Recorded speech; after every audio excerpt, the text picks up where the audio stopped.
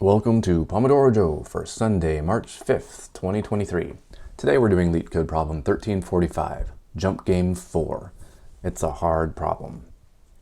Given an array of integers array, you are initially positioned at the first index of the array. In one step, you can jump from index I to index I plus 1, I minus 1, or j, where array at I is equal to array at j. Return the minimum number of steps to reach the last index of the array. Notice that you cannot jump outside the array at any time. Okay, so in this problem, we're basically given an array that represents a staircase. And we start at index 0, and we want to get to the last element of the array. And in each move, we can either move up one step, back one step, or we can teleport to any other step that has the same value as our current step. So you can imagine each step has like a teleport pad with an ID, and you can only teleport to other pads with the same ID. All right, so we'll put 25 minutes on the Pomodoro timer and get started. All right, so I always like to start with some result, and we'll set it to 0 to start with. Or we'll set it to infinite to start with, actually. And we'll return the result at the end. So how do we approach this problem? It seems like this is an array traversal type problem, but because you can teleport or jump to other stairs along the way, that's more like a graph traversal problem. So you can imagine, just picture this as every step is a node in a graph, and all the steps with the same value have edges that connect them. So we will be treating this more like a graph traversal problem than an array traversal problem. So the first thing I'll do is actually create a list of my edges, or in this case, more like a mapping of my edges. So for every edge value, let's find all the other nodes that I can get to. So I'll create an edges default dictionary, and it will contain lists.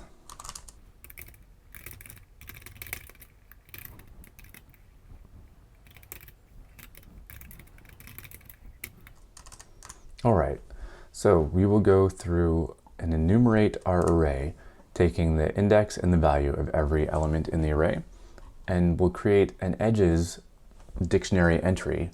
For every value, we'll add that index to that entry. So this basically maps a value, so a teleport ID, you can call it, to all the different indices that you can reach. So that's going to represent an edge in our graph.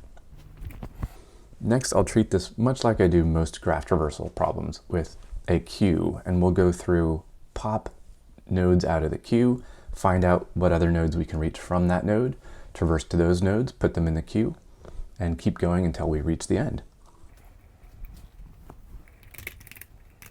So we'll start at index 0. That's our main point here. And while we still have a queue,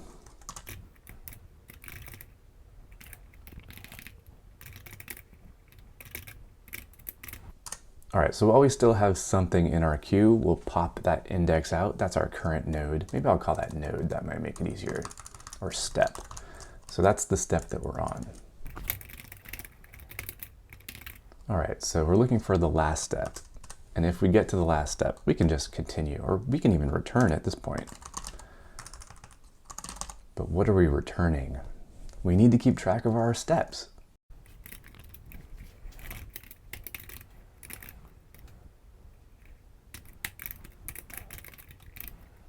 Okay, so now I'm creating a result array. Now this array will be the same size as my input array, but it will contain how many steps it took to get to that step, or I should say how many moves it took to get to that particular step. We're going to initialize it with infinite, but our very first step we can set to 0 because we start out at index 0 and it took us 0 moves to get to that step. Okay, so this is going to keep track of how many steps, how many moves it took to get to a step at a particular index. Let's see, I also want my target. So let me do this. Let me optimize a little bit.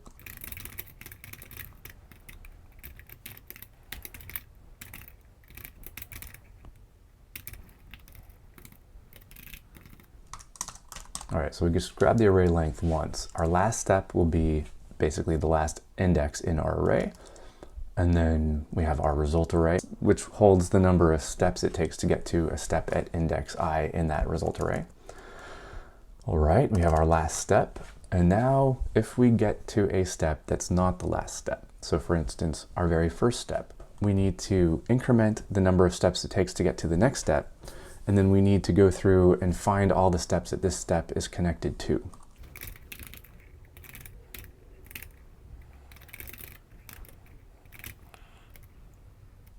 I'll call this step count so we don't get confused. So the step count at this current step, and so the next step count will be step count plus 1.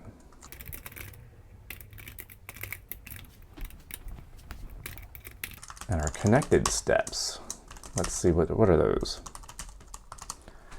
Well, that's basically all the steps in our edges list here. And let's see, I'll need to get my teleport value here. I'll grab that here. They call it jump, so maybe I'll call it jump value. Or jump ID. That's going to be what's in the input array at this step. So for all the edges at the same jump ID, we'll put them in our connected steps. Now we also can go up one step or down one step, so let's put those in our connected steps too. Okay, so these are all the steps that we're connected to. All the steps that are in our edges list, plus the step below and the step above. Okay, and now we just need to go through all of our connected steps to find out which ones will give us the best answer here.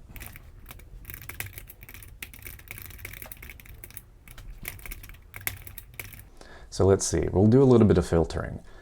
In our connected steps, we might find the current step because it will be in the list of nodes that have this value.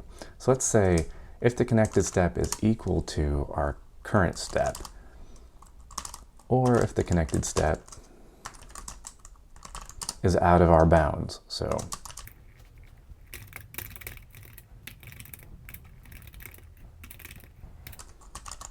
all right, so if the step is the current step, if the connected step is the current step or out of bounds, let's just continue. We'll ignore that. We don't want to actually do anything with those. However, if the step is not one of these filtered steps, that means we can traverse to that step. So let's do that. So first thing we'll do is we'll set our result array. So the result array for this connected step. All right, so our result array basically is holding how many moves it takes to get to a particular step. So our result array for this current step will be essentially the minimum of the result array that it's already got or the current next step count. And then we will want to, actually, now that I think about this, if it's less than this step, then we don't want to add it to our queue. So let's not do minimum. Let's do it manually here.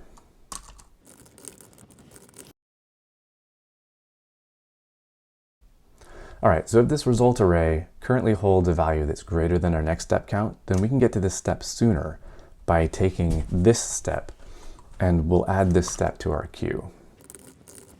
All right, and then at the very end, okay, eventually we will run out of steps to take, and we can just return our result. Now, of course, we hopefully already got to here. All right, if we ever reach the last step, then we can just return the result there. If we somehow make it outside of our while loop without returning, then we'll return down here. Okay, let's try this. We're running low on time.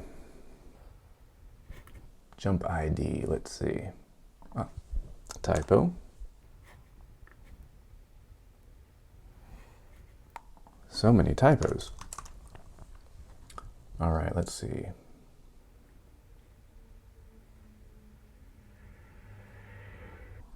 And we don't need this return down here. All right. Okay, let's try that.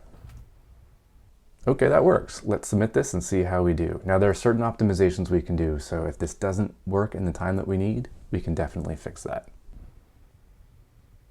Okay, time limit exceeded. No problem, we can handle this. Okay, so how do we fix this? Well, one thing we're doing, we're saying for every connected step, we're going to be adding that step to the queue. Now, if we go from step 0, let's say it has a jump ID of 7. We'll be adding all of the other nodes with jump ID 7 to the queue. Then the next node that we pull off that queue will still have a jump ID of 7. And we'll be going through and adding all of the jump ID 7s to the queue again, and again, and again, and again. So every node that we pull off that has the same jump ID, we'll be going through all these connected steps and adding them back to the queue. So what we'll want to do is as soon as we've added those to the queue, we either need to keep track of a visited set. So we say if we've already visited this node, it's not visited again. Or we can just set our connected steps here, this edges for this jump ID.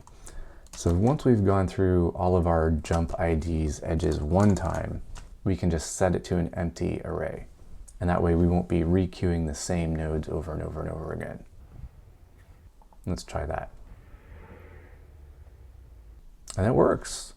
So we pass and we beat 11% for runtime and 97% for memory. That's a pretty good memory footprint. So 11% runtime kind of hurts. You kind of want to do better than that. So I'll show you something super quick and easy we can do to pump up our runtime. So 2 things we can do. Actually, I'll show you the first one right now. First thing we can do is, so we already have one early out. As soon as we get to the end, we can return. Something else we can do, let's see, I actually have to do it down here. We have a step count. As soon as we get our step count, we could say, if this step count is already greater than a known answer, then we can return early. I don't think this one is actually going to save us anything because we have this early out.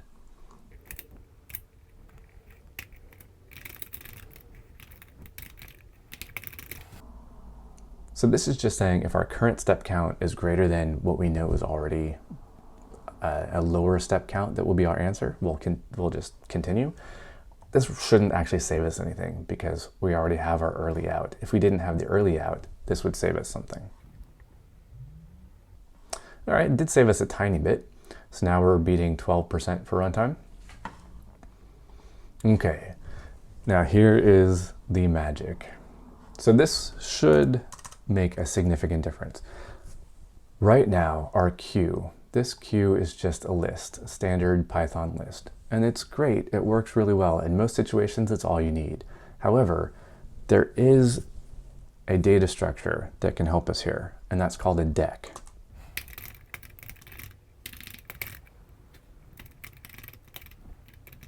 It's pronounced deck, but it's spelled D-E-Q-U-E. So from the collections library, we'll import the deck. And a deck is essentially an optimized queue. So it's a double-ended queue. That's what deck basically stands for, double-ended queue. In our case, we only need a single first in, first out queue. But we'll replace our queue here with a deck. Now you can pass in an iterable. So in our case, we'll just pass in our initialized list here as the initializer to our deck. And instead of pop 0, you say pop left. And that's basically it. You can change our queue to a deck, pop left instead of pop 0, and the appends and everything else remain the same. Let's see if that helps. Still works. Let's see if it gains us anything with our runtime. And that is a huge win. Now we're beating 74% for runtime and still 97% for memory. That's up from 12% for runtime and 98% for memory. So using the proper data structure can make a huge difference when you're running these types of algorithms. Okay, I think that will be it for me. We're running low on time, but I hope you enjoyed this one. Hope you learned something. It's a hard one, but I recommend you try it. It's super fun. So yeah, try this one out. All right, hope you enjoyed this. Hope you had fun. Hope you learned something. Hope you can go out and write better code.